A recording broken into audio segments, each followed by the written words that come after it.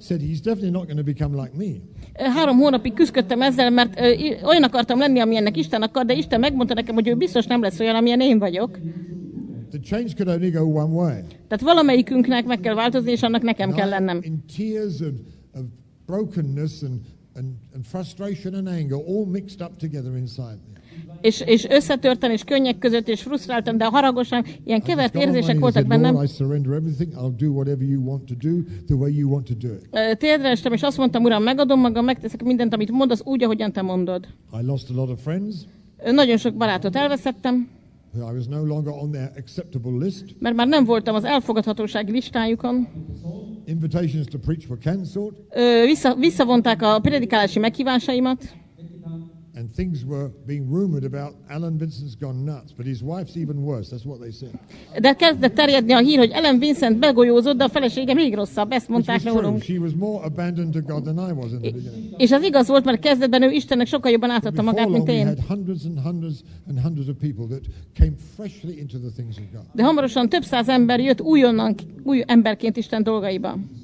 Between 72 and 76, we saw, I'm not exaggerating at all, we saw over 100,000 people saved out of the most incredible demonic background. 72 és 76 között nem túlzok, de valóban majdnem 100 000 ember megtérését láttuk, akik a legkülönbözőbb démoni hátterekből jöttek. They mostly came from a nominal Catholic background. Főként névleges katolikus háttérből jöttek. They were demonized and tortured and sick and ill in the most desperate way.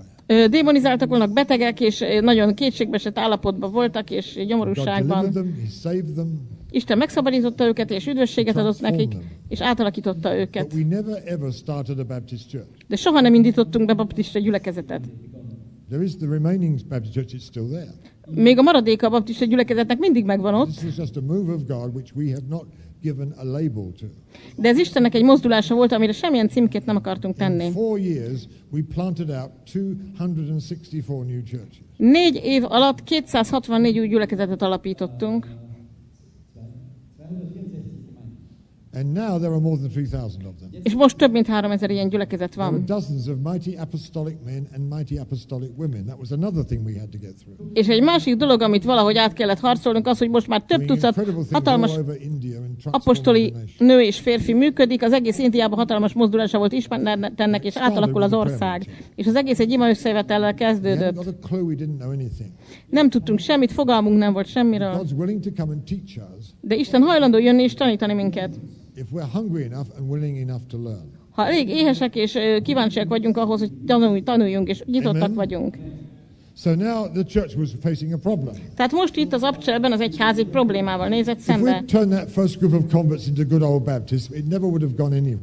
Hogyha jó öreg baptistává alakítottunk volna minden új megtérőt Indiában, akkor sehova nem jutottak volna. El kellett engednünk ezt a dolgot. Tehát itt Jeruzsálemben is ezzel a dilemmával álltak szemben. Az ortodox farizeusok azt mondták, körül kell őket metélni, meg kell, hogy tartsák Mózes törvényét, az új megtérők.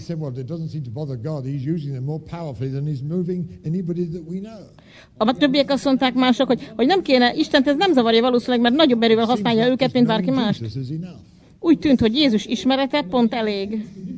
So James said, Lord, how do I resolve this? Tehát azt mondta Jakab, hogy Uram, hogy oldjam fel ezt a problémát? God said, this is the raising up again of David's tabernacle. És Isten azt mondta, hogy ez Dávid sátorának újbóli felállítása. Here's the interesting thing.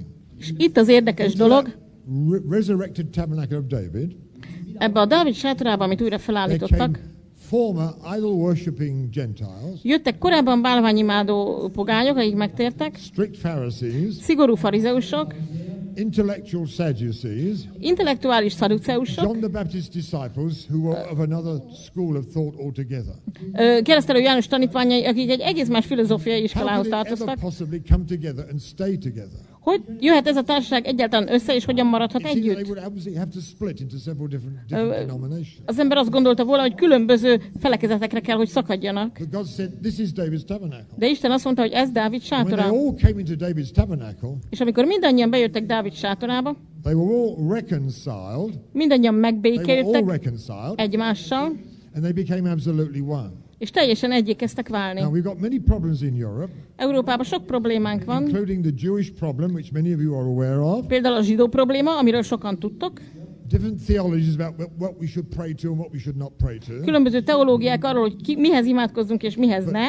But when it all gets lost in the glory of David's tabernacle, it just doesn't seem to matter anymore. De amikor ez az egész feloldódik Dávid sátorának a dicsőségében, akkor úgy tűnik, hogy az egész már többé nem számít. Halljátok, mert az volt a megdöbbentő dolog, hogy ezek a különböző csoportok nem oszlottak szét különböző felekezetekre.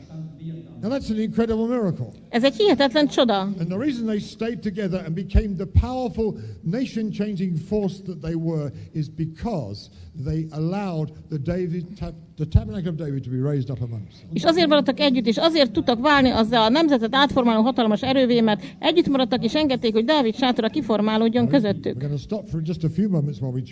Most pár másodpercre megállunk, amíg megfordítják a videókazettát. 40-minute tapes and I have to stop when he waves at me, otherwise the world comes to an end. Mert 40 perces kazettákra veszik a videót, és a világ megáll a keringésében, hogyha nem állok meg akkor, amikor ő neki lejár a kazettája. Why is it so important? Tehát miért olyan fontos ez? Why is it going to be the power to change Europe? Miért ez az az erő, ami meg fogja változtatni Európát? Well, I'm going to just briefly answer this over the next 2 days. A következő 2 napban röviden fogok válaszolni erre. In order to answer this question, ahhoz, hogy válaszoljunk rá, we've got to understand why the Holy Spirit said what he said to James. Meg kell értenünk, hogy a Szentlélek miért mondta Jakabnak azt, amit mondott pont akkor.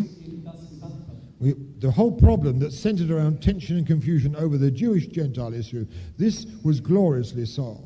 Az egész probléma, ami a zsidó és a pogány keresztények összetűzésén kiformálódott, dicsőségesen megoldódott. David's tabernacle will cause us to walk in a right balance concerning Jews and Gentiles. Dávid sátora segítségével a megfelelő egyensúlyba tudunk járni a pogányok és a zsidók egyensúlyában.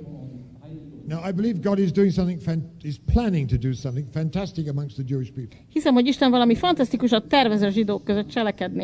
And they're going to be gathered into the kingdom in millions in a most glorious way. És a legdicsőségesebb módon millió számra fognak beáradni Isten királyságába.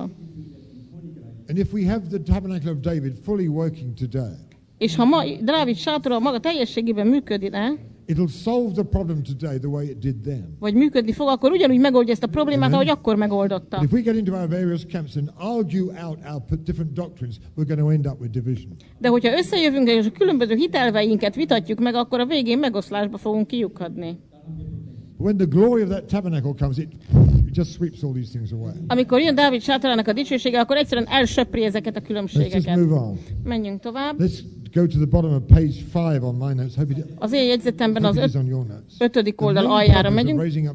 Remélem nálatok is ott van. A fő célja Dávid sátora felépítésének. Primarily for resolving the Jewish-Gentile tension. Elsősorban a zsidó-pogány feszültség megoldása volt a célja. That was the purpose that the church saw. Ezt a célt látta az egyház legalábbis.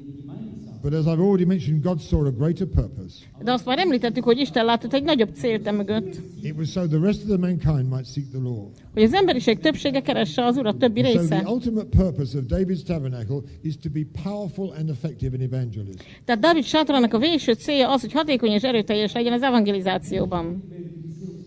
And whatever we've done before will be transformed into success once it's being fueled by the power of David's tabernacle. És minden, amit eddig tettünk, sikeressé fog válni, mert Dávid sátorának az energiája fogja táplálni ezeket a mozdulásokat. We're going to go into more of that later. Később majd többet beszélünk erről. I'm giving 3 great reasons for raising up David's tabernacle. Megadom 3 fő okát annak, hogy miért kell Dávid sátorát felállítani. Az első az, hogy visszatérjünk Isten jelenlétébe. It's the ability to live continually in the presence of God. Ez az a képesség, hogy folyamatosan Isten jelenlétében éljünk. That's a great purpose of this tabernacle. Ennek a sátornak ez egy nagyon fontos célja. What you learn in the tabernacle, you carry with you when you leave the tabernacle. Amit megtanulsz a sátorban, magaddal viszed, amikor elmész a sátorból. What you learn in the tabernacle, you carry with you wherever you go. Bárhova mész, magaddal viszed oda azt, amit a Dávid sátorában megtanulsz. The power of what you experienced in the tabernacle of David. Annak az ereje, amit átélsz Dávid sátorában. That's the power which you now have in your home.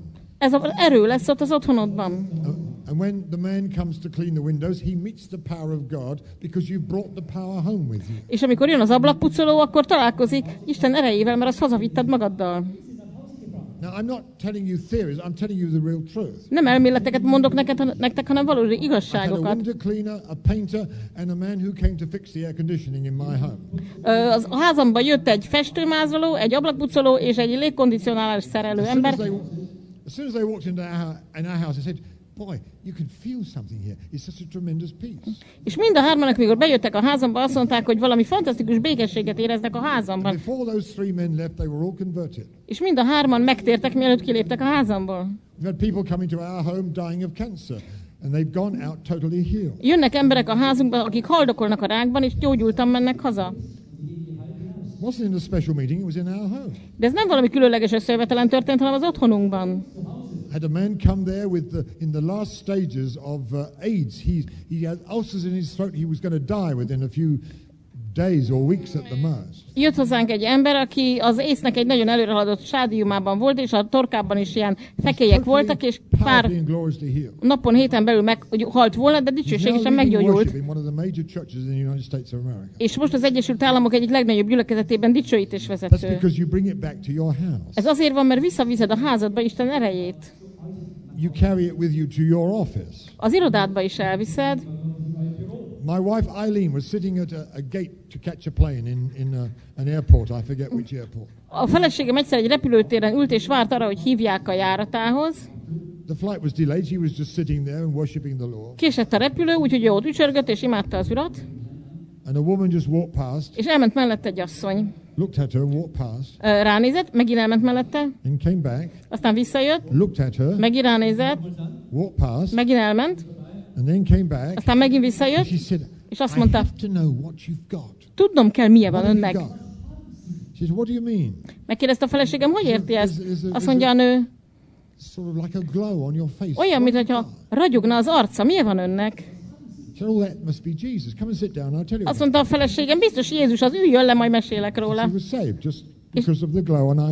És az a nő megtért csak azért, mert a feleségem arcán ragyogott Isten dicsősége. So David's tabernacle, we take out what we received and it's beginning to touch our community in all sorts of fantastic ways. Tehát Dávid sátorából kivisszük azt, amit ott kaptunk, és a lakókörnyezetünket fantasztikus módon átalakíthatjuk vele. All right, let's move on. Akkor menjünk tovább. And I'm going to stop in a few minutes for the break and I guess pár perc múlva abba hagyom majd a szünet érdekében, aztán nem tudom. De menjünk tovább a 6. oldalra. All right. Just going to mention this.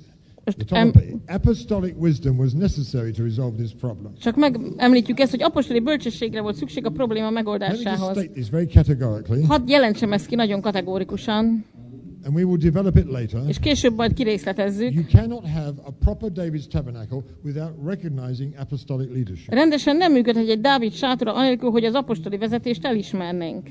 If there hadn't been a James to stand up and said, this is what God's saying, that whole row would have developed into splits and division. Hogyha nem lett volna Jakab, aki fölállt és azt mondta, hogy Isten ezt és ezt mondta, akkor egy hatalmas szakadás lett volna, több részlet szakadás az eredmény. The first restoration of David's tabernacle in the early church. Tehát az első egyházban az apostoli bölcsesség volt az, amelyik a Dávid sátorának az újbóli felállítását előidézte. És hogyha látni akarjátok ugyanezt a saját lakóhelyeteken, akkor el kell ismernetek az apostoli tekintélyt. Hadd mondjam ezt kicsit máshogy, ezen a héten később majd még beszélünk róla.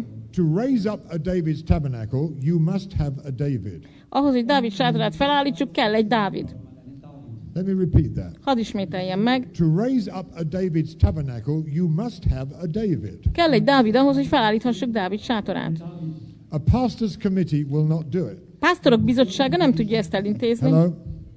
A group of worshippers will not do it. Egy dicsőítő csoport nem tudja elvégezni. A group of prophetic people will not do it. You've got to have a David. Egy csoport profétikus ember se tudja megoldani, kell egy Dávid. Which is another way of saying you've got to have an apostolic leadership for this thing to work. Ez egy másik kifejezés ugyanannak az elmondására, hogy apostoli vezetés kell ahhoz, hogy ez a dolog működjön. Majd sokkal teljesebben kifejtjük ezt később, menjünk tovább. I think what I'm going to do is to go halfway through page 6 to this heading. Most a 6. oldal közepetáján vagyunk. Vissza kell térnünk a kezdetekhez, ez az alcím.